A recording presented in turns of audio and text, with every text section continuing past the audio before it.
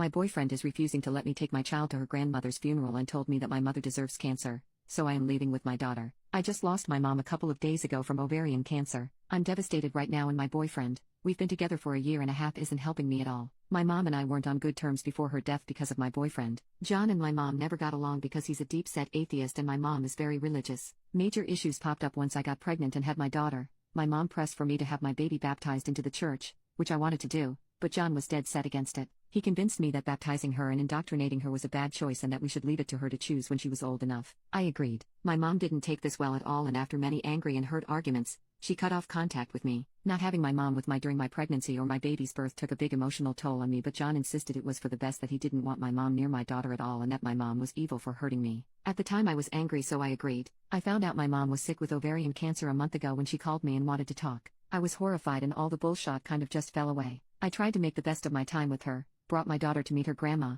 and tried to build good memories with her. I'm happy to say we reconciled and my mom and I made our peace with each other before she died. I don't want to trash my boyfriend, but John has been a pain in the effing ass since I found out my mom was sick. He said she deserved it but quickly backed down when he saw how angry that made me. He refused to go with me to visit or help care for my mom. He didn't even really want to listen to me talk about how happy I was to reconnect with my mom. All he did was remind me that my mom hurt me and I should have no contact with her and she didn't deserve for me to speak to her. I told him that my mom isn't perfect, but my mom also raised me by herself, and that she was my rock for many years and he should respect that. He said nothing outside telling me there was no value in talking to her. Now we're planning the funeral. I asked John to go with me, and he refused instantly. He said he hated my mom, that she was a cunt to our family, and that he wasn't going to church ever and it was rude and insensitive of me to ask. When I said I was taking my daughter, he had never to actually tell me that I was not under any circumstances taking her. I have been through an emotional roller coaster this past week. I lost my mom after we finally made up. My boyfriend has been stupidly unsupportive, and now he's refusing to let me take my child to her grandmother funeral and refusing to come to at least support me. My daughter is the one thing that brings me comfort and I want her with me. Is that so unreasonable?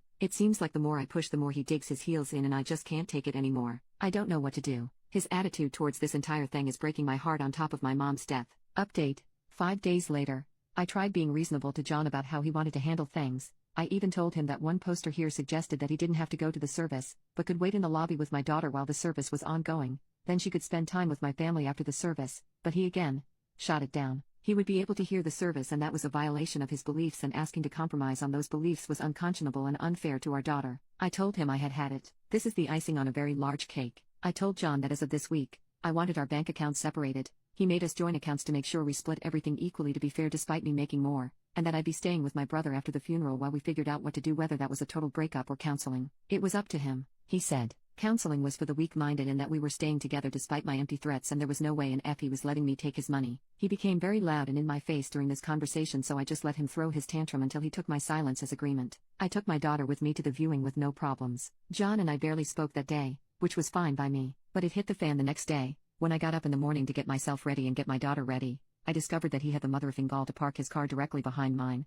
blocking me into the driveway. I had no way to get to the funeral in my own car. John always drives to work, but for reasons I can only imagine were to get back at me, decided to take the metro, and took the baby carriage and bottles, and my pump with him. My brother and I have our differences, granted. In fact, we haven't talked much since my mom and I were estranged. We started talking again after she was sick, but he'll forever be a saint to me for what he did. I called him crying, and he and my sister-in-law arrived within 20 minutes. Sister-in-law calmed me down and helped me get my daughter ready, and they brought along spare bottles, a carrier, and a breast pump. Thanks to them I was able to go my mom's funeral in comfort, and my daughter was an angel during the service. They calmed me down and everything went perfectly, and even though I was a mess most of the day, having my daughter with me, and my sister-in-law and even my brother with me to lean on gave me peace on the inside. I've made up my mind not to tolerate John's insane and controlling behavior anymore. He had a litany of excuses for doing what he did. He even tried to claim his car had problems, and I don't want to hear any of them. I never wanted to be a single mom. I always wanted to raise my baby within a family, but I've decided that going alone is so much better than doing it with this man,